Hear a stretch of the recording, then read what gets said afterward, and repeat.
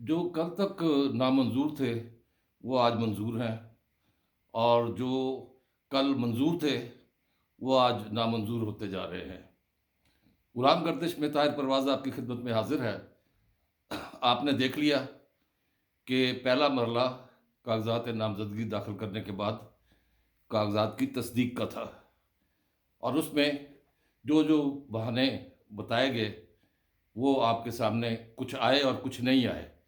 ہونا تو یہ چاہیے تھا کہ جب کاغذات نامزدگی نامنظور کیے جاتے ہیں تو اس کی وجہ بھی ساتھ ساتھ ہر نام کے ساتھ آنی چاہیے، جو کہ جس میں کہ الیکشن کمیشن میرے خیال میں کامیاب نہیں رہا، اور جو منظور ہوئے ہیں ان کے نام جب سامنے آتے ہیں تو آپ کو پتہ چل جاتا ہے۔ غلام گردش میں آج ہم کچھ اور باتیں بھی کریں گے کہ 8 جنوری کو یا 8 جنوری سے پہلے کیا ہونے جا رہا ہے۔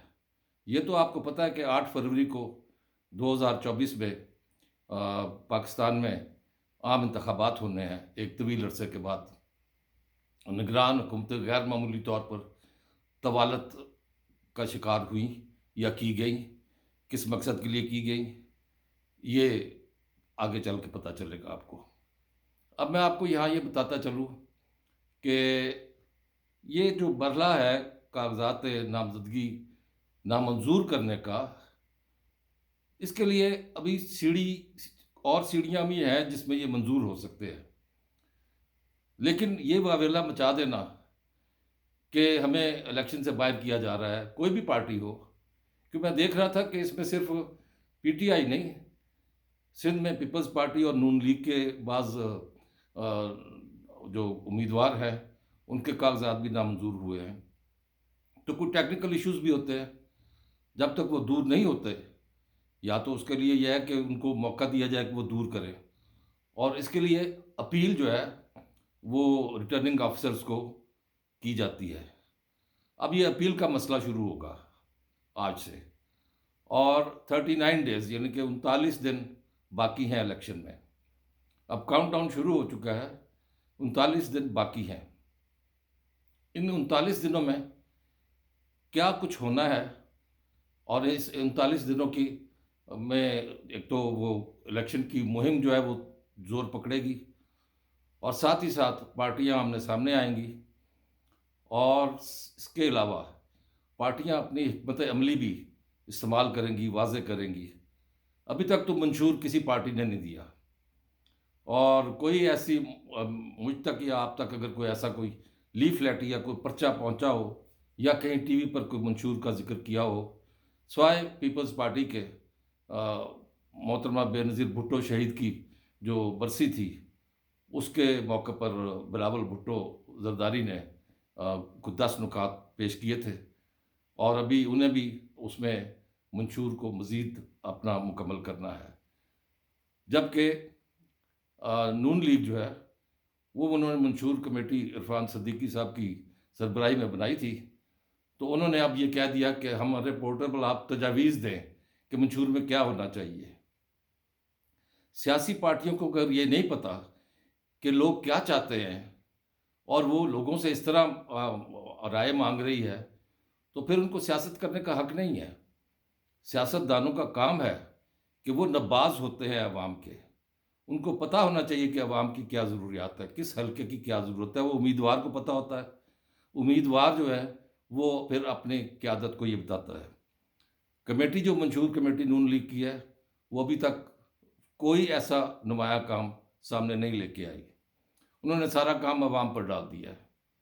اگر ایسا ہے تو پھر کل ہو سکتا ہے نون لیگ کو یہ کہنا پڑے کہ عوام سے ہم نے پوچھا تھا، انہوں نے ہمیں کوئی منشور کے بارے میں رائے نہیں دی، تجاویز نہیں دی، لہٰذا ہمارا منشور کوئی نہیں ہے۔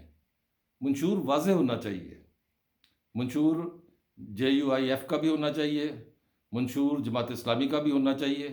اب جماعت اسلامی کا منشور جو ہے اس میں وہ کہتے ہیں کہ جی سود کا نظام ختم ہونا چاہیے۔ بڑی اچھی بات ہے، میں بھی تائید کرتا ہوں، لیکن اس کے سربراہ جو ہیں سراج الحق صاحب، وہ پی ٹی آئی کی حکومت میں خیبر پختونخوا میں وزیر خزانہ رہے ہیں۔ وہ صرف یہ بتا دیں کہ انہوں نے اس دوران جو خزانہ کے معاملات تھے، کیا وہ سود کے بغیر انہوں نے چلائے تھے؟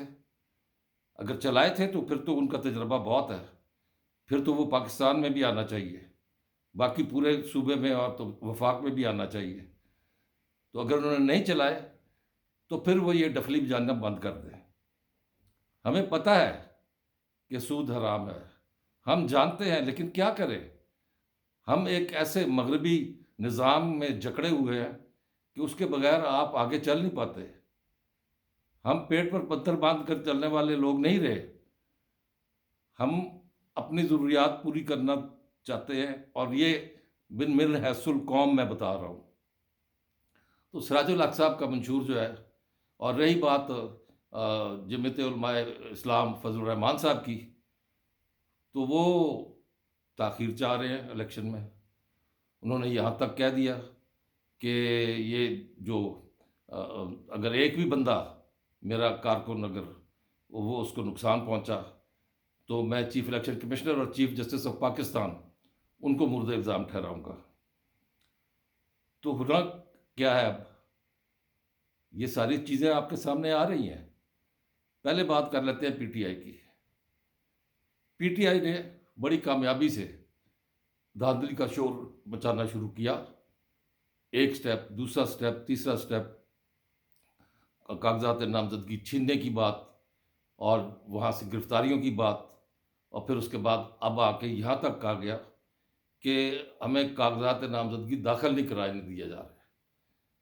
اس سلسلے میں ایک واضح صورتحال ہے، آپ کو بھی بتاتا چلوں، وہ یہ ہے کہ ایک جو اشتہاری پروکلیمڈ offender ہوتے ہیں ان کے کاغذات داخل نہیں ہوتے۔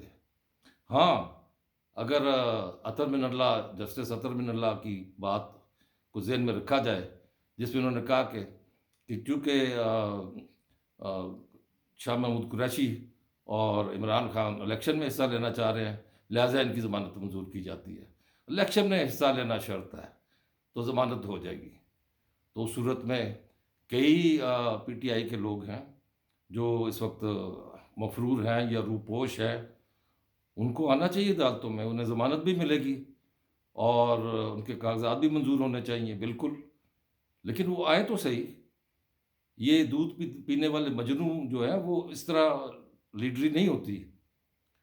آپ کو علم میں ہے کہ نیشنل ہائی وے اتھارٹی اور دوسری جو اہم ادارے تھے، ان کی سربراہی کس کے پاس تھی؟ مراد سعید کے پاس۔ وہی جس نے کہا تھا آپ کو جو جو جگہ بتائی ہے وہاں جا کر حملے کریں۔ تو اب آپ بتائیے کہ اس کی کارکردگی اتنی اچھی تھی کہ ساری وزارتوں میں سے اس کو نمبر 1 قرار دیا گیا اور اسے ایوارڈ دیا گیا۔ کیا ایسا کام کیا تھا اس نے؟ اس کی تحقیق ہونی چاہیے۔ کتنی سڑکیں بنائی ہیں، بالکل سامنے آنا چاہیے اگر کام کیا ہے، تعریف کرنی چاہیے ایسے بندے کی۔ لیکن وہ چیزیں سامنے تو آئیں، کہیں پر یہ سامنے نہیں آ رہی۔ وہ اسی طرح ہے جس طرح 190 ملین پاؤنڈ کا لفافہ جو لہرا کر اور پیسے سپریم کورٹ میں جمع کرا دیے گئے تھے۔ یہ خاموشی والے کام ہیں۔ تو اب کرنا کیا ہے پی ٹی آئی نے؟ اس وقت تو پہلا اسٹیج تو یہ ہے کہ جن کے کاغذات نامزدگی نامنظور ہوئے ہیں وہ دوبارہ ریٹرننگ افسر کے پاس جائیں گے اور ان کے اعتراضات جو ہیں وہ دور کرنے کی کوشش کریں گے۔ ان میں سے کئی جو ہیں ان کے منظور ہو جائیں گے کاغذ، لہٰذا خاطر جمع رکھیں۔ ایسا نہیں ہوگا کہ یہ سارے کے سارے اسی انداز میں ختم ہو جائیں بیک جنبش قلم۔ اگر نہیں ہوتا تو ان کے اپنی اپنی ہائی کورٹس کے پاس وہاں پہ ایک الیکشن کمیشن کی طرف سے ایک جج تعینات کیا گیا ہے ہائی کورٹ کا، اور وہ سنے گا، وہ بحال کر سکتا ہے، وہ ریجیکٹ بھی کر سکتا ہے۔ وہ اپیل اگر وہاں سے ریجیکٹ ہوتی ہے تو پھر یہ سپریم کورٹ میں جائے گی، اور وہاں آپ کو پتہ ہے کہ جسٹس اطہر من اللہ پہلے کہہ چکے ہیں جو الیکشن لڑنے کے لیے آئے ہیں ان کو آپ نہیں روک سکتے، ان کو الیکشن لڑنے دیں۔ تو آخر میں آ کر یہ سب لوگ آپ کے ساتھ الیکشن میں حصہ لے رہے ہوں گے۔ تو ابھی سے یہ شور نہ مچانا شروع کریں، نہ آپ اس پروپیگنڈے میں آئیں کہ دھاندلی شروع ہو گئی ہے۔ ایسی بات کوئی نہیں ہے۔ اگر ایسی بات ہوتی تو 9 مئی کے بعد پی ٹی آئی پر مکمل پابندی لگ سکتی تھی، لیکن کوئی پابندی نہیں لگی۔ اب ہاں، البتہ ان کے جو تکنیکی معاملات تھے، جن میں یہ سب سے پہلے تھا کہ آپ الیکشن کروائیں، اس کی وجہ سے میں تو کہتا ہوں کہ بلے کا نشان دینا چاہیے ان کو۔ آپ کیوں روک رہے ہیں؟ آپ تو اس کو تندی باد مخالف سے نہ گھبرایا، وہ کہا یہ تو اڑتی ہے تجھے اونچا اڑانے کے لیے، یہ تو چلتی ہے تجھے اونچا اڑانے کے لیے۔ تو آپ تو تندے باد مخالف بنے ہوئے ہیں، آپ ایسے کام نہ کریں۔ آپ یقیناً اس میں آپ مدد کر رہے ہیں پی ٹی آئی کی در پردہ اور نہ جانتے ہوئے، میں تو یہ کہوں گا نہ جانتے ہوئے۔ ایک تو یہ چیز ہوگی۔ دوسری چیز کیا ہو سکتی ہے؟ اگر خدا نخواستہ، جو کہ مجھے یقین نہیں ہے کہ پی ٹی آئی کے بیشتر لوگ جو ہیں وہ ان کو اجازت نہیں ہوگی، ہاں جو روپوش ہے یا اشتہاری ہے ان کے بارے میں کچھ نہیں کہا جا سکتا، وہ زیادہ نہیں ہے، وہ چند ایک ہیں۔ لیکن یہ جب کاغذات نامزدگی اگر فرض کیا مثال کے طور پر، ایک لمحے کے لیے یہ پی ٹی آئی کا پروپیگنڈا مان لیتے ہیں کہ دھاندلی شروع ہو گئی ہے، اور جتنے کل یہ نامنظور ہوئے ہیں یہ سارے کے سارے نامنظور رہیں گے سپریم کورٹ تک۔ اگر ایسا ہوتا ہے تو پی ٹی آئی کی اپنی حکمت عملی کیا ہوگی؟ وہ یہ ہوگی کہ پی ٹی آئی نے الیکشن کا باضابطہ بائیکاٹ کرنا ہے، اور یہ آپ دیکھ لیجئے گا۔ اب 8 جنوری سے پہلے کیا ہونے جا رہا ہے اس کی طرف آتے ہیں۔ 8 جنوری سے پہلے آپ کو میں باخبر کر رہا ہوں، یہ آپ کے علم میں لا رہا ہوں۔ آپ کو پتہ ہے سپریم کورٹ نے اجازت دے دی تھی ملٹری کورٹس کی، ملٹری ٹرائل کی، اور جو لوگ 9 مئی کے واقعات میں ملوث تھے، 8 جنوری سے پہلے ان کے فیصلے آنے شروع ہو جائیں گے، کیونکہ اس کے بعد پھر آپ کے پاس 1 مہینہ باقی رہ جائے گا، جس میں الیکشن مہم بھی چلے گی اور سارا امن و امان کا مسئلہ بھی ہوگا اور ساری چیزیں ہوں گی۔ یہ 8 جنوری سے پہلے ایسا ہونا ہے، اور اگر نہیں ہوتا تو میں نہیں سمجھتا کہ کوئی بھی ملٹری کورٹ اس وقت کوئی ٹرائل کر رہی ہے۔ کچھ لوگوں کو چھوڑا گیا ہے، لیکن بہت سے لوگ جو ہے ان پر یہ مقدمات ہیں، ان میں کئی روپوش بھی ہیں، اور لہٰذا یہ سلسلہ تو چلے گا، لیکن جو گرفتار ہیں ان کو سزاؤں کا اعلان ضرور ہو جائے گا 8 جنوری سے پہلے۔ اگر آپ سبسکرائب کر چکے ہیں تو بہت شکریہ، اگر نہیں کیا تو اب کر دیں، اور اپنے تاثرات، اپنے رائے آج کے موضوعات کے بارے میں ضرور دیجیے گا، اسے لائک کیجیے گا اور دوستوں کو شیئر کیجیے گا، بڑی نوازش۔ اللہ نگہبان۔